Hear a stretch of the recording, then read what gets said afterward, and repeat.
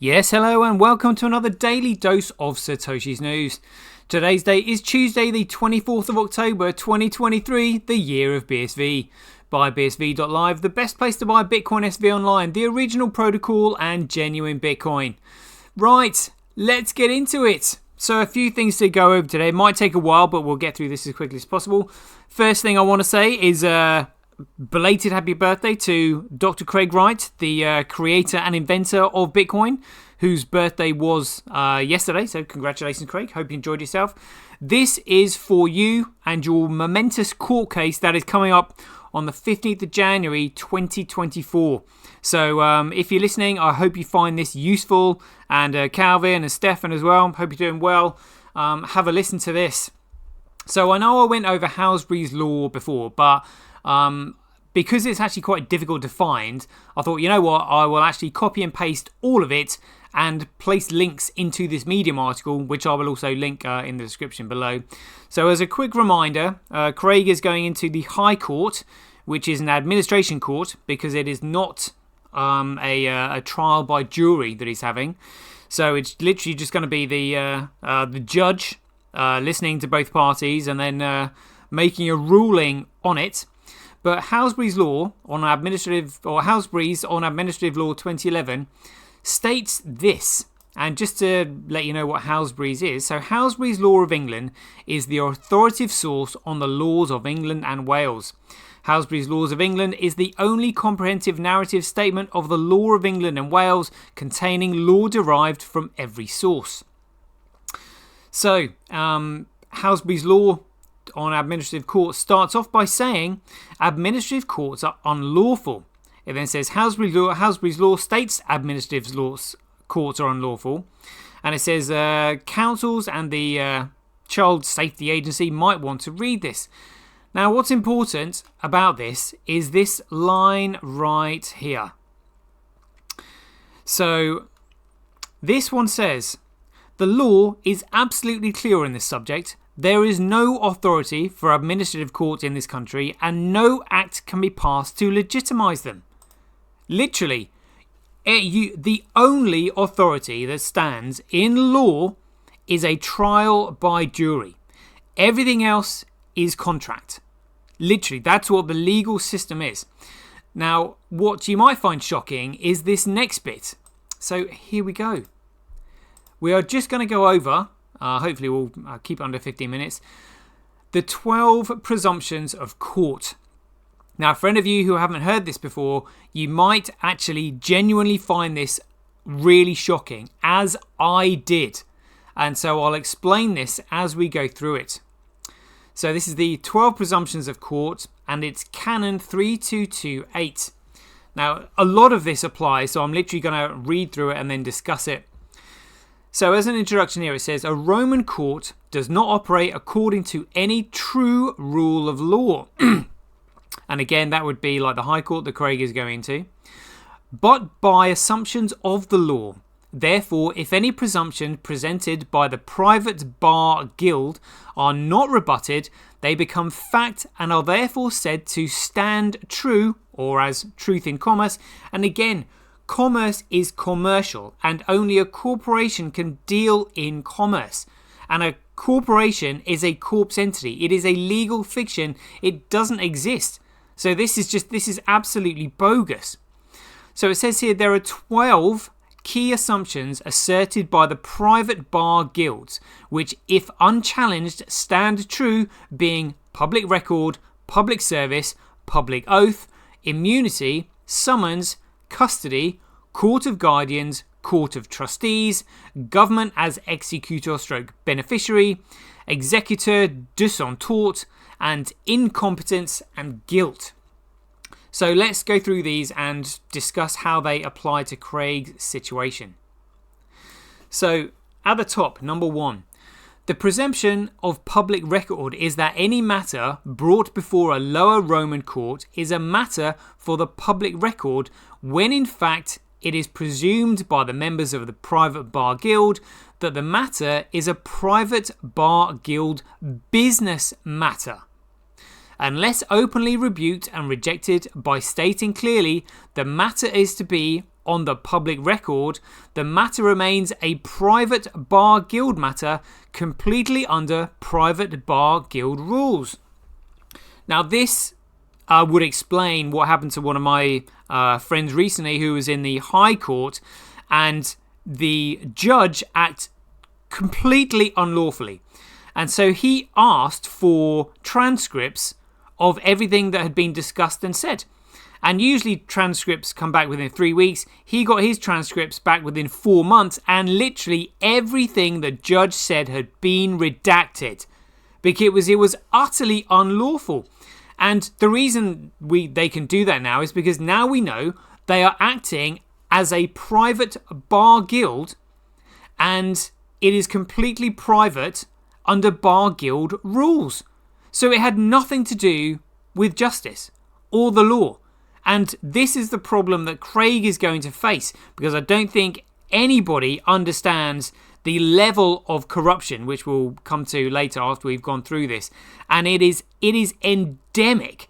It is absolutely huge. So you have to know this if you're going to present your case. You cannot present the facts and expect that to win the day, because literally you are walking into a private bar guild rules room where they are saying that it is not a matter of public record, and therefore it is a private business matter. So this has to be rebuked. It has to be sorted out, or else there's no way of winning. So number 2, the presumption of I'll move this up to the top. There we go. The presumption of public service is that all members of the private bar guild who have sworn a solemn, secret, absolute oath to their guild then act as public agents of the government or public officials by making additional oaths of public office that openly and deliberately contradict their private superior oaths to their own guild. So this is what the barristers will have done. They swear a superior private oath to their own guild, which is why I was saying the best lawyers that money can buy, the best barristers money can buy, will not help you, because they cannot be a barrister without swearing a superior oath to their own guild, because you don't bite the hand that feeds you.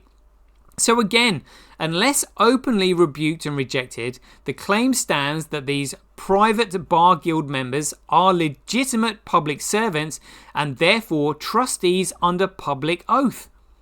I mean, this is just absolutely outrageous. So it even says here to contradict their private superior oaths. So they know that what they're doing is contradicting. I mean, this allowed is beyond me. But this is the situation that we are in. I'll explain to you how we've got this. But this is why you need a trial by jury, because this is just simply a private business matter, nothing more. And so a public oath is not of any consequence when you are dealing in a private business matter. So literally all they're trying to do is sort out what the best outcome for themselves will be. And again, the judge decides in this for himself, for what is best for his own matter. And again, the judge is paid in fiat currency, which is securities fraud, by the banks, which again have a share in the central banks. So, it really is a snake pit that you're walking into here. Number 3, the presumption of public oath is that all members of the private bar guild, acting in the capacity of public officials who have sworn a solemn public oath, remained bound by that oath and therefore bound to serve honestly, impartially and fairly as dictated by their oath. Unless openly challenged and demanded, the presumption stands that the private bar guild members have functioned under their public oath in contradiction to their guild oath. I mean, this is absolutely outrageous. If challenged, such individuals must recuse themselves as having a conflict of interest and cannot possibly stand under a public oath. I mean, it's literally just all charades. It's cloak and dagger. It's just absolutely unbelievable. I literally couldn't believe this when I was reading it. But this is the snake pit that we're going into.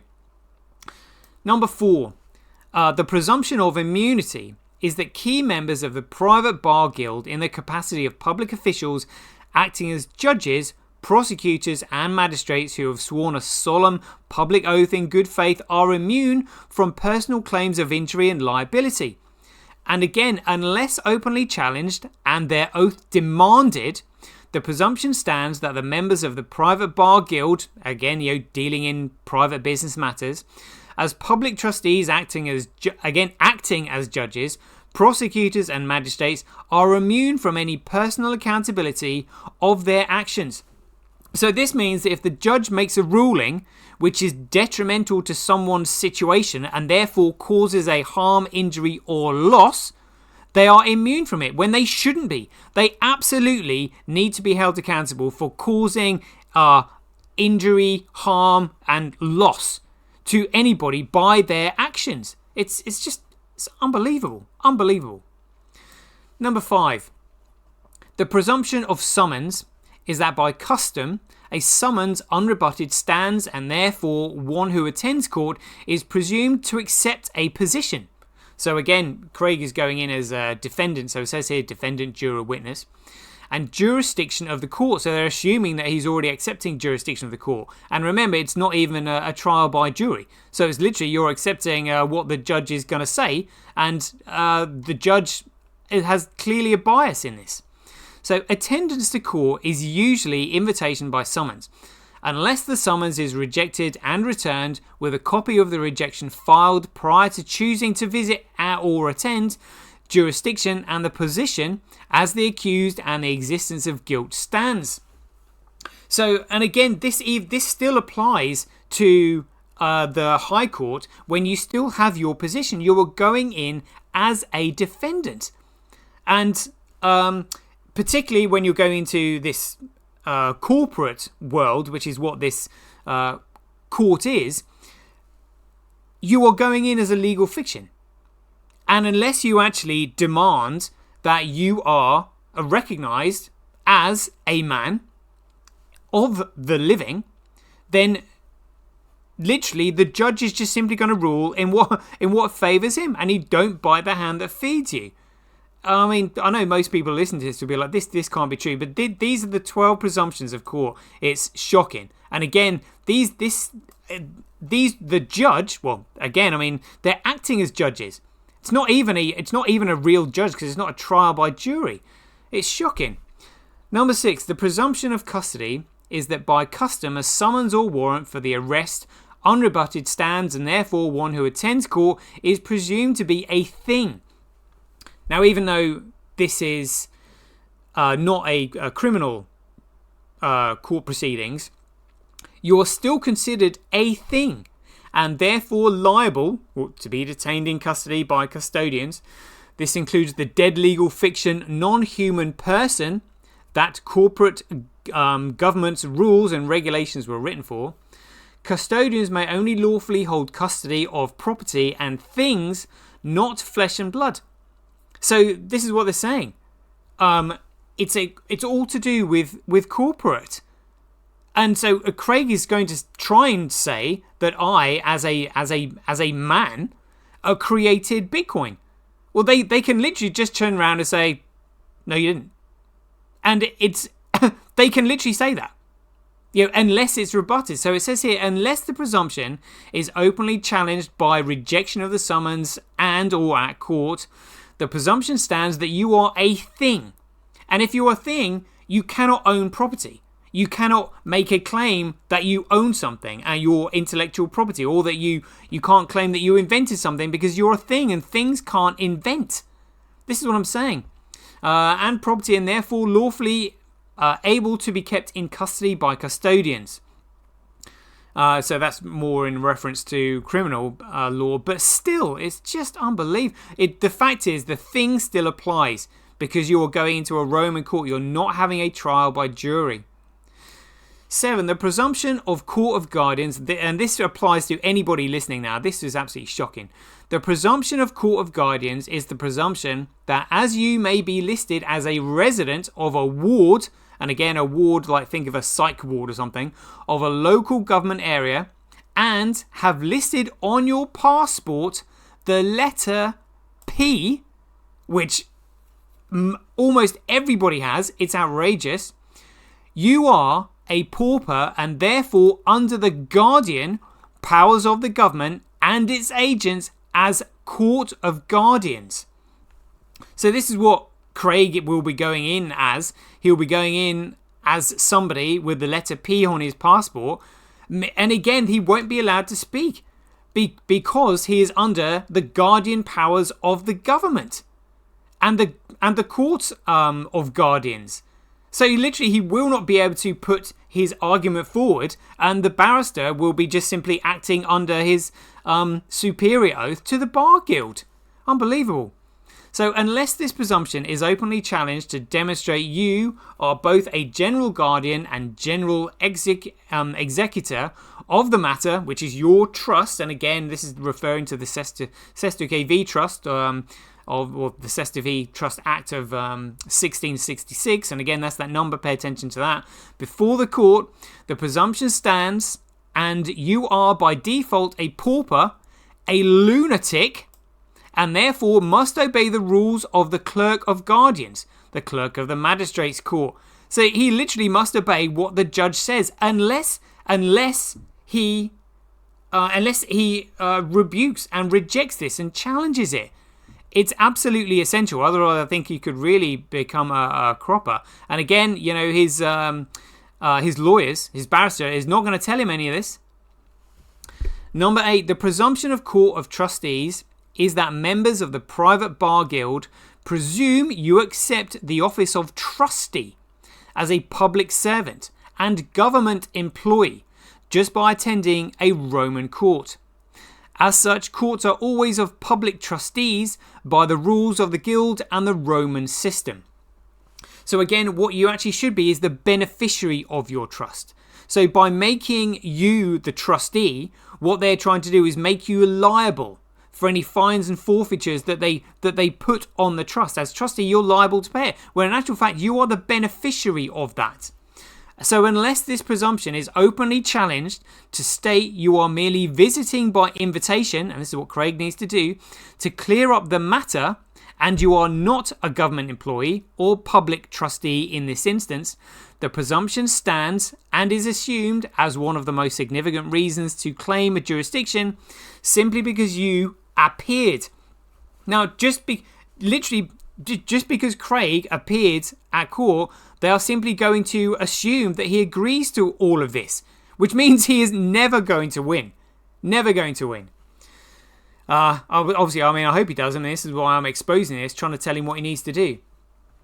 Number 9. The presumption of government acting in two roles as executor and beneficiary is that for the matter at hand, the private bar guild appoint the judge, stroke magistrate, in the capacity of executor, while the prosecutors act in the capacity of beneficiary of the trust for the current matter.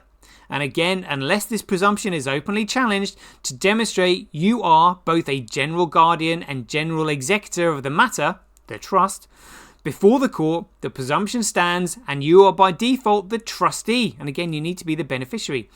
Therefore, must obey the rules of the executor, which is the judge. I mean, it's shocking. It's shocking, I know, but you have to know this. You're going into the snake pit. I'll explain how we got here after I've gone through this. So 12, we can see 12 here, so this is the last 3. Number 10, the presumption of executor dissentort is the presumption that if the accused does seek to assert their rights as executor and beneficiary over their body, mind and soul, they are acting as an executor dissentort or a false executor, challenging the rightful judge as executor. Therefore, the judge stroke magistrate assumes the role of the true executor and has the right to have you arrested, detained, fined, or forced into a psychiatric evaluation. And again, I've heard this actually happening to people. Honestly, the whole system is corrupt. It's bonkers. So unless this presumption is openly challenged by not only asserting one's position as executor as well as questioning if the judge or magistrate is seeking to act as executor dissentort. So again, you need to assert yourself really quickly and again get the question in. You have to go in as king. You have to ask the question immediately, because if the judge gets in there before you, this can happen. It's a shit show. It's unbelievable. The presumption stands, and the judge or magistrate of the private bar guild may seek to assist of bailiffs or sheriffs to assert their false claim. I shit you not, but this is why you need a trial by jury. This is why going into these Roman courts is an absolute joke. These administrative courts, which is why Halsbury said they have absolutely no legitimacy in this country, and no act can be passed to legitimise them. They are an absolute fraud. It's a complete joke, an utter joke. So here we go, number 11. The presumption of incompetence is the presumption that you are at least ignorant of the law. And again, they'll tell you that ignorance of the law is no excuse. So what's all this about? Therefore, incompetent to present yourself and argue properly. Therefore, the judge, magistrate, as executor, has the right to have you arrested, detained, fined, or forced into psychiatric evaluation, unless this presumption is openly challenged to the fact that you know your position as executor and beneficiary and actively rebuke and object to any contrary presumptions. Then it stands by the time of pleading that you are incompetent. Then the judge or magistrate can do what they need to keep you obedient. So this is what they'll do. This is what they will try to railroad Craig when he's in court. It doesn't matter what evidence you present. It's unbelievable. The last one here, number 12. The presumption of guilt is the presumption that as it is presumed to be a private business meeting of the bar guild, you are guilty whether you plead guilty or not plead guilty, do not plead, or plead not guilty. Therefore, unless you either have previously prepared an affidavit of truth and the motion to dismiss the extreme prejudice on the public record, or call for a demurrer, then the presumption is you are guilty, as in you're the defendant, you'll probably lose, and the private bar guild can hold you until a bond is prepared to guarantee the amount the guild wants to profit from you. And again, profiting from you is all about taking from your CSW KV trust, because that's what makes you a legal fiction, and that trust is meant to pay for you as the beneficiary, but they don't tell you that, and you're considered too dumb and ignorant to be able to have the responsibility of that. It is unbelievable. It's unbelievable. I mean, especially when I read this about the P. Look at that. Look, I mean, this just I'm furious at this. Furious. The presumption of Court of Guardians is the presumption that as you may be listed as a resident of a ward of a local government area and have listed on your passport the letter P, so check yours, you are a pauper and therefore under the guardian powers of the government and its agents as a court of guardians. Just honestly, it's a joke. Now, I don't like being conspiratorial or anything like that, but this next part, again, it's the reason I'm going to tell you about this next part is because it is about the probability of coincidences occurring. So just stick with me here. Now I'm going to talk about here like the mark of the beast. So just bear with me on this, because I even a few months ago, if you were to ask me about this, I'd be like, yeah, not interested. This is absolutely insane. But check this out as we go through. There is something very sinister going on here. So the mark of the beast, 666 in Revelations 13:11-18. So just go along with what I've written here, and I've put this all in chronological date order. So 1911. The United States government takes J.D. Rockefeller's Standard Oil monopoly off him and breaks it up into what have now become the largest oil companies on earth. So bear that in mind. Then in 1937, the first emergency number in London, or England, is created and is assigned the inverted mark of the beast of 999. So, there is something going on in London, England, in 1937, trialing this number, and someone said, right, we'll choose the number 999 because it's an inversion of 666. I strongly suspect, but there's a reason I'm telling you about this. So 1968, On August 6th, construction started on World Trade Center 1. Commissioned by David Rockefeller, both Twin Towers would be destroyed on 2001 9/11, there's the date again, and used as a justification for installing a surveillance state and starting a war on terror.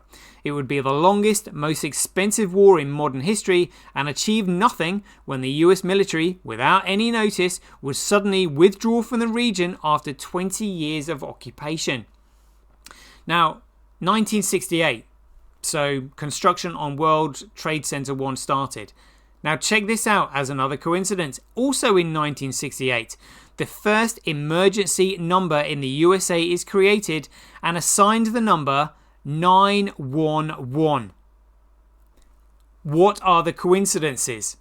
I suggest David Rockefeller had a strong influence on creating that, specifically using that number 911, and we'll come to this in just a minute. Then, in 1974, on June 26th, the first barcode was scanned. The guide bars separating the beginning, the middle and the end of the barcode were selected to represent the number 6. This means the dominant numbers that continually remain the same in every barcode is a representation of the mark of the beast, that is 666. And again, I've put this number is written in the Holy Bible in Revelations 13:17-18. Now, I remember seeing a documentary on the creation of the barcodes, and there is no need for these numbers, the dominant numbers, to be 666. And the cryptographers who created it strongly protested at this, but they were railroaded. So somebody actually, when they created it and they protested it, somebody overruled them. Somebody with a higher authority than they did purposely chose this number in all the barcodes. Outrageous. Absolutely outrageous. So in 1991, in June, at a meeting of the Trilateral Commission, David Rockefeller was recorded saying, "Some even believe we are part of a secret cabal working against the best interests of the United States." So in other words, committing treason. Characterizing my family and me as internationalists and of conspiring with others around the world, so that's how big this thing is, to build a more integrated global political and economic structure.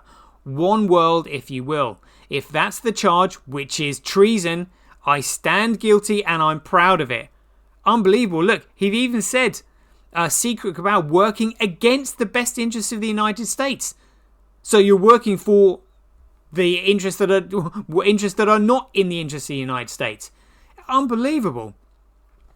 He carried on and said, "We are grateful to the Washington Post, the New York Times," so again, they're all in on this, "Times Magazine and other publications whose directors have attended our meetings and respected their promises of discretion for almost 40 years. It would have been impossible for us to develop our plan for the world if we had been subject to the bright lights of publicity during those years. But the world is now more sophisticated and prepared to march towards a world government." In other words, surrendering sovereignty to here we go, it's a supranational sovereignty. So the supranational sovereignty of an intellectual elite, so in other words, granting them sovereignty, which is outrageous, and world bankers is surely preferable to the national auto-determination practiced in past centuries. I mean, that is some scary shit. That is some scary shit. And again, so when he's saying the world is prepared now, well, then they've tied up the court system so they can literally get their way. And then in 1933, April 30th, the CERN Directorate released the source code of the World Wide Web into the public domain. The Hebrew equivalent of our W is the letter Vav, or Wab. The numerical value of Vav is 6, so the English www translated into Hebrew is Va Va Va, which numerically is 666. So again, we're sealing this number over and over and over again. And then here we go, 2001 9/11. The Twin Towers of the World Trade Center were brought down in what was labeled as a terror attack by a foreign entity. And again, there's lots of videos out there, with the truth coming out now saying, well, that it can't possibly have happened that way. There's just no way. And I've quoted here Revelation 13:17, so 16 to 18. So have a read of this. 16, and the second beast required all people, small and great, rich and poor, free and slave, to receive a mark on their right hand or on their forehead. 17, so that no one could buy or sell unless he had the mark, the name of the beast, or the number of its name. Here is a call of wisdom. Let the one who has insight calculate the number of the beast, for it is the number of a man, and that number is 666. And in 2020, staff and employees around the world, again global around the world, began to lose their jobs if they didn't have the COVID-19 mRNA injections. I mean, talk about going against the Nuremberg codes and everything.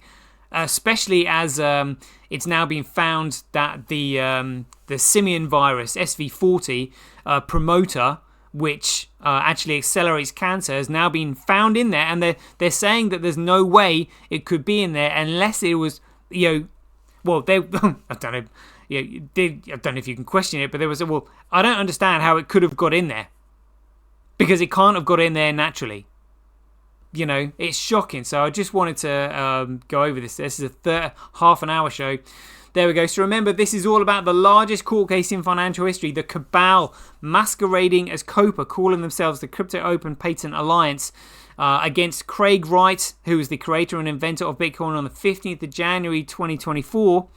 And again, the reason this is so important is because we either have a common money used by the people to create government that works for the people, or government, which has been infiltrated, will create currency to control the people. And we know all about the CBDCs and the horror that they could potentially bring if they do come in. That's why this case is so important.